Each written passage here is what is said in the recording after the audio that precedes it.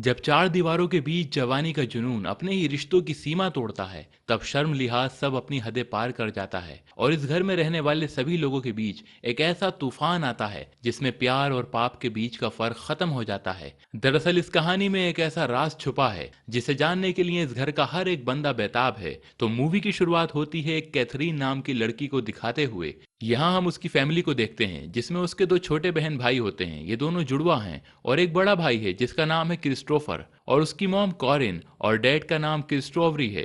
असल में उसके डैड काम के सिलसिले में ज्यादातर बाहर रहते थे और आज वो घर पर आए थे तो सब उन्हें देखकर बहुत एक्साइटेड थे। कैथरीन के डैड भी सबके लिए गिफ्ट लेकर आए थे और वो अपनी वाइफ के लिए एक एक्सपेंसिव नेकलेस लेकर आए थे। और उसके बाद वो अपने बच्चों के साथ गार्डन में खेल रहे थे। तब कैथरीन अपने डैड से बात करती है और कहती है, डैड आप इतना ज्यादा दूर मत जाया करो, मैं आपको बहुत मिस करती हूँ, क्योंकि घर में सब लोग बिजी होते हैं और उस पर कोई भी ध्यान नहीं देता। अब वो कुछ और बात करती, इतने में ही कॉरिन अच्छे से रेडी होकर बाहर आती है और वो बहुत एक्साइटेड थी क्योंकि कैथरीन के डैड का प्रमोशन हो गया था। अब वो और भी ज्यादा बिजी हो जाएंगे। इस बात से कैथरीन को बहुत बुरा लगता है और वो निराश होकर अपने रूम में चली जाती है। अब उसके डैड उसे मनाने उसके पास आए और एक एक्सपेंसिव नेकलेस उसे गिफ्ट करते हैं और वो उसे समझाते हैं कि वो जो कुछ भी कर रहे हैं अपनी फैमिली के लिए कर रहे हैं। और फिर इसी तरह एक दिन हम देखते हैं कि इनके घर पर बर्थडे पार्टी थी और उनके डैड घर आने में थोड़े लेट हो गए थे और तभी थोड़ी देर के बाद उनके दरवाजे की बेल किसी ने बजाई। जब कॉरिन दरवाजे पर गई तो वहां पुलिस आई हुई थी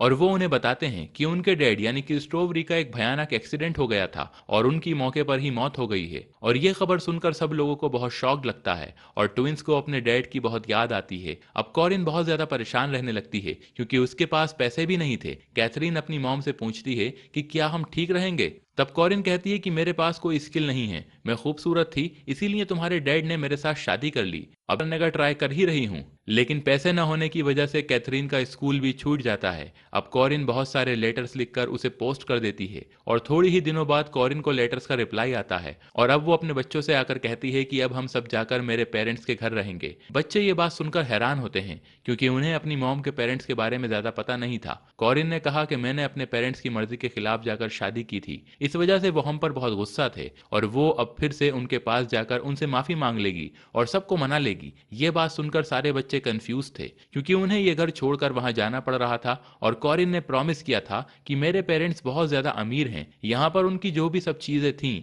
जिससे ज्यादा वो वहां पर लाकर देगी, क्योंकि वैसे भी ये लोन पे नहीं कर पाए इसीलिए बैंक इनकी सारी चीजें ले लेगी। इसके बाद ये सब कॉरिन की सिटी में पहुंचते हैं लेकिन वहां उन्हें लेने कोई भी नहीं आता। अब रात के समय वो पैदल ही चलकर कॉरिन के घर आते हैं। अब कॉरिन की मॉम दरवाजा खोलती हैं। इनका नाम था ओलिविया। ओलिविया कहती हैं कि देखो बिल्ली अपने साथ क्या लेकर आई है। दरअसल वो कॉरिन को हमेशा बिल्ली कहती थी और बचपन से ओलिविया ने कॉरिन को हेट किया है और कॉरिन अपने फादर के क्लोज थी। ओलिविया ने बच्चों को ऊपर का कमरा दिखा दिया जहां पर कॉरिन के फादर उन्हें देख ना पाए। बच्चे घर में हैं ये एक सीक्रेट था और कॉरिन अपने फादर को कुछ भी बताना नहीं चाहती थी। अगर उसके फादर ने पहले उसे माफ कर दिया तब वो अपने बच्चों के बारे में बता सकती थी। कॉरिन ने बच्चों को समझा दिया कि उसके फादर बूढ़े हैं और वो कभी भी मर सकते हैं। एक बार उन्होंने अगर मुझे एक्सेप्ट कर लिया फिर हम बहुत अमीर हो जाएंगे और हमें इस तरीके से रहने की जरूरत नहीं पड़ेगी। कॉरिन ने कहा, मैं दिन भर यहाँ तुम्हारे साथ नहीं रह सकती और बीच बीच में मैं तुम लोगों से मिलने आती रहूंगी। अब यहाँ ओलिविया बच्चों के लिए खाना लेकर आई। उसने कहा, तुम्हें ये पूरा दिन चलाना है और मैं फिर से तुमसे मिलने के लिए नहीं आऊंगी और इस रूम में जरा सा भी शोर नहीं होना चाहिए। अगर ट्विंस को खेलना है तो ऊपर एक एटिक है जहां पर वो खेल सकते हैं और कहती है कि बाथरूम यूज करते वक्त कभी लड़का और लड़की एक साथ नहीं जाएंगे। ओलिविया ने कहा, अगर तुम्हारे ग्रैंडफादर को पता चला कि तुम लोग यहाँ पर रह रहे हो तो बहुत ही बुरा होगा। फिर बच्चे एटिक देखने चले जाते हैं पर ट्विंस को ये जगह अच्छी नहीं लगती, पर इनके पास कोई और ऑप्शन भी नहीं था। इसीलिए इस जगह को इंटरेस्टेड बनाने के लिए कैथरीन और क्रिस्टोफर ने एक झूला बना दिया। अब रात में कॉरिन उनसे मिलने के लिए आई तब ट्विंस उनसे कहते हैं कि हमें यहाँ पर नहीं रहना माँ, वो बहुत बोर हो रहे थे, उन्हें घर पर जाना था। कॉरिन उन्हें समझाती है कि तुम्हें कैथरीन और क्रिस्टोफर की बात माननी चाहिए, पर ट्विंस नहीं मानते और शोर करने लगते हैं। तभी वहां ओलिविया आ जाती है और उसने जोर से ट्विंस को मारा। उसने कहा कि इस घर में इस तरह की चीजें नहीं चलेंगी। तब कॉरिन को गुस्सा आता है और कहती है कि तुम मेरे बच्चों को हाथ नहीं लगा सकती वरना मैं यहाँ से चली जाऊंगी। ओलिविया ने कहा, जो तुम्हें अच्छा लगे तुम कर सकती हो, ये मेरा घर है और यहाँ पर मेरी मर्जी चलेगी। उसने कॉरिन से अपनी शर्ट निकालने को कहा।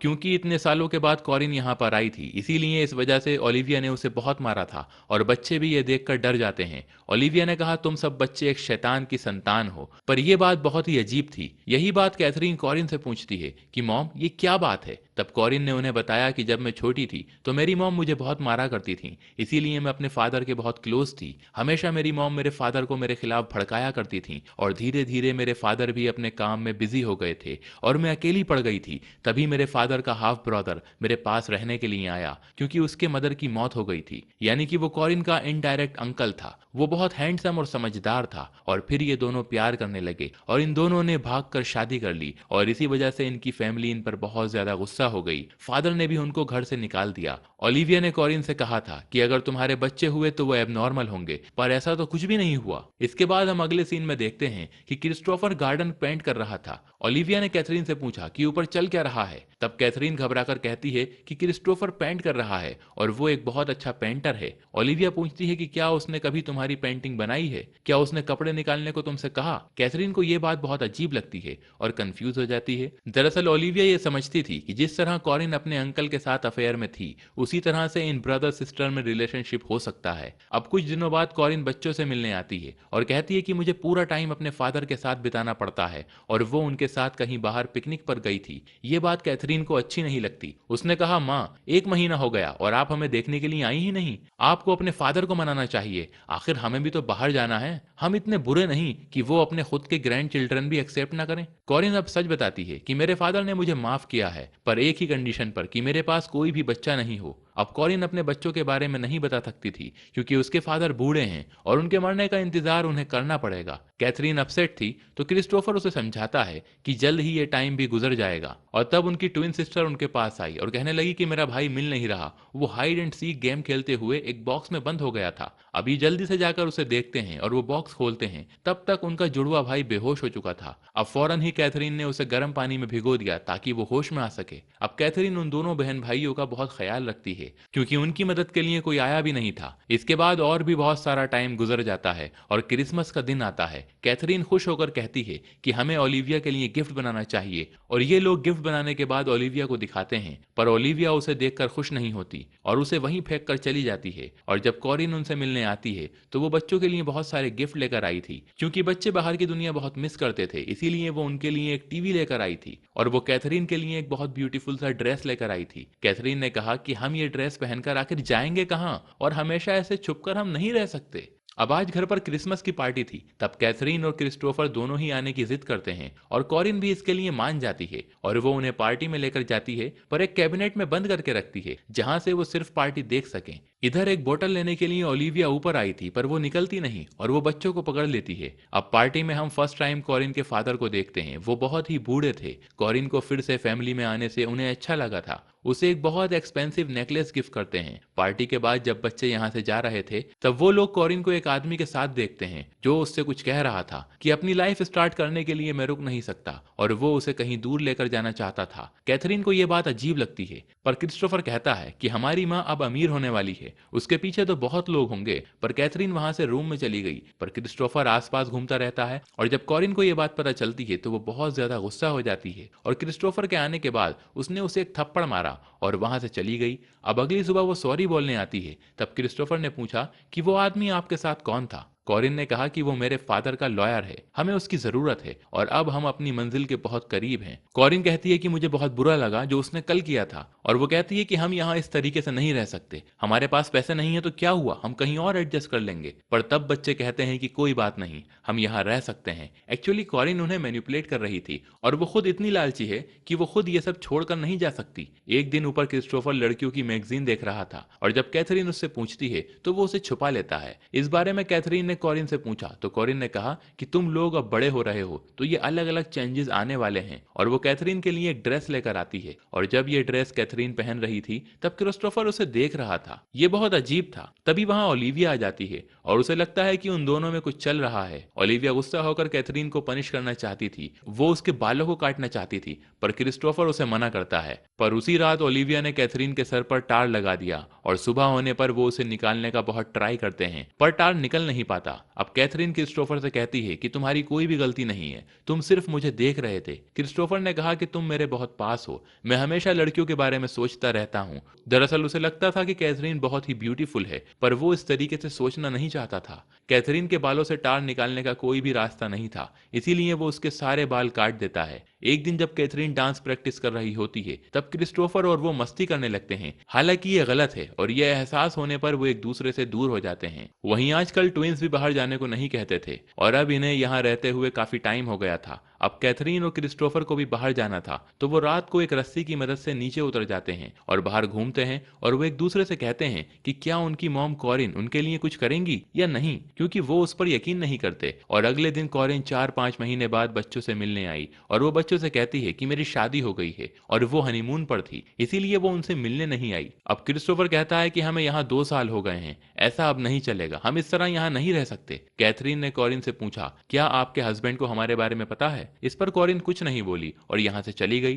तब ओलिविया के हाथों कॉरिन उन्हें स्वीट्स भेजती है और डोनट देखकर सब लोग बहुत खुश हो गए थे। कैथरीन ने क्रिस्टोफर से कहा, अब हमें यहाँ से निकल जाना चाहिए, हमें बाद में कितने भी पैसे मिले, लेकिन अब हम इस तरह से नहीं रह सकते। तब क्रिस्टोफर ने कहा कि हमें यहाँ से जाने के लिए कुछ पैसों की जरूरत पड़ेगी। वो विंडो के पास खड़ा था, इसीलिए ओलिविया उस पर बहुत चिल्लाती है। वो कभी भी उसे उसके नाम से नहीं पुकारती थी। तब क्रिस्टोफर कहता है कि मेरे फादर की तरह क्रिस्टोफर नाम है। इस बात पर ओलिविया और भी भड़क जाती है और उसे कोड़े से मारती है। तब कैथरीन उसके जख्म देखती है। तब क्रिस्टोफर उसे किस कर लेता है। अब अगले दिन ये दोनों एक दूसरे के करीब थे। तब वहां ओलिविया आ जाती है और कहती है, तुम दोनों कर क्या रहे हो? क्रिस्टोफर रोते रोते ओलिविया के पैरों में गिर गया। वो कहने लगा कि मुझसे बहुत बड़ी गलती हो गई, प्लीज मुझे माफ कर दो। ओलिविया गॉड पर बहुत बिलीव करती थी, इसीलिए उसने कहा कि तुम्हें गॉड ही माफ कर सकता है। ओलिविया के जाने के बाद कैथरीन बहुत ही कंफ्यूज हो गई थी। वो क्रिस्टोफर से कहती है कि तुम ये सब क्या कर रहे थे? तब क्रिस्टोफर हंसता है और उसे कहता है कि उसने ओलिविया की कीज की कॉपी बनाई है और वो जब चाहे यहाँ से निकल सकते हैं। और वो अब रात को नीचे उसके रूम से थोड़े थोड़े पैसे निकालने लगते हैं। हालांकि इस तरह से थोड़े थोड़े पैसे चुराने पर उन्हें बहुत टाइम लग सकता था,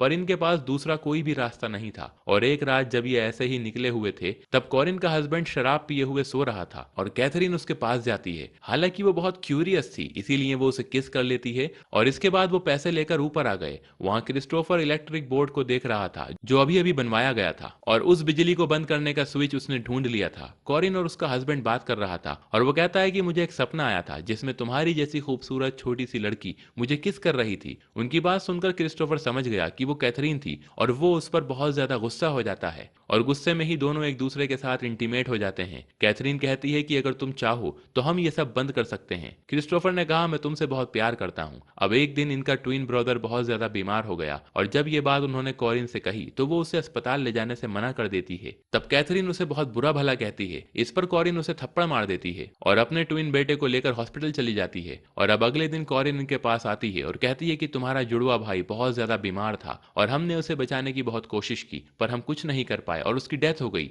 और ये बात सुनकर इन्हें शॉक लगता है और ये अब एक पल भी यहाँ पर नहीं रह सकते थे। अब दोनों मिलकर डिसाइड करते हैं कि रात में घर में जो भी ज्वेलरी होगी और जितने भी पैसे होंगे हम वो सब लेकर यहाँ से भाग जाएंगे। और जब ये चोरी कर रहे होते हैं तब ये वहां पर काम करने वाले नौकर की बात सुनते हैं और ये देखते हैं कि यहाँ के नौकर भी चोरी कर रहे थे। वो कहते हैं कि कॉरिन के फादर के मर जाने के बाद वो सभी नौकर को धीरे धीरे निकाल रहे हैं और हम खुद का जितना फायदा कर सकते हैं तो हमें कर लेना चाहिए। अब ये सुनकर क्रिस्टोफर हैरान हो जाता है और सोचता है कि उसके दादा की 6 महीने पहले ही मौत हो चुकी है और अब वो सब समझ जाता है क्योंकि कॉरिन को अपनी न्यू लाइफ बहुत अच्छी लगती है। उसने अपने हस्बैंड को भी अपने बच्चों के बारे में नहीं बताया था और उसका प्लान था कि वो हमेशा बच्चों को एटिक में ही रखेगी। जब क्रिस्टोफर ऊपर आया तो उसकी छोटी सिस्टर की तबीयत खराब थी। उसकी सिस्टर ने अपना एक डोनट चूहे को खिलाया था और उसके खाते ही वो मर गया था। इसका मतलब है जो डोनट उसने भेजे थे उसमें जहर था और शायद इसी की वजह से उनके ट्विन ब्रदर की डेथ हो गई थी। इन सब की आवाज सुनकर ओलिविया ऊपर आ जाती है और वो उन्हें बहुत मारती है, लेकिन तब क्रिस्टोफर ने उसकी छड़ी ले ली और वो ओलिविया को पकड़ लेता है और सबको एटिक में जाने को कहता है। उन्हें पता था कि ओलिविया को एटिक में जाने से डर लगता है और वो उसे पकड़कर बड़ी मुश्किल से ऊपर लेकर आया और दरवाजे को बंद कर गया और ये सब खिड़की से बाहर निकल गए। ओलिविया वहां से नहीं जा पाई और उसकी हालत बहुत ज्यादा खराब हो गई। हालांकि वहां के एक नौकर ने इन सबको भागते हुए देख लिया। तब क्रिस्टोफर कहता है कि प्लीज हमें जाने दो, हम कॉरिन के बच्चे हैं। और तब सर्वेंट को भी पता चल गया कि यहाँ पर कुछ गड़बड़ चल रही है और वो जाकर वहां इलेक्ट्रिसिटी बंद कर देता है और ये सब वहां से भाग जाते हैं। अब कैथरीन क्रिस्टोफर से कहती है कि अब हम कभी भी उस पैलेस में नहीं जाएंगे, वरना हमारी मुलाकात हमारी मॉम कॉरिन से हो सकती है और हम दोनों में जो रिश्ता बन गया है इस वजह से कॉरिन को हमेशा शर्मिंदगी में जीना पड़ेगा और यही उसकी सजा होगी। दरअसल क्रिस्टोफर के साथ इंटीमेट होना ये कैथरीन का अपनी माँ से लिया गया एक बदला था और इस मोमेंट पर यह कहानी, ये मूवी खत्म हो जाती है। दोस्तों, अगर आपको हमारी वीडियो पसंद आई हो तो वीडियो को लाइक करें, चैनल पर नए हैं तो चैनल को सब्सक्राइब करें और हाँ, नोटिफिकेशन वाले बेल आइकन को जरूर दबाएं ताकि अगली अपडेट सबसे पहले आपको मिले।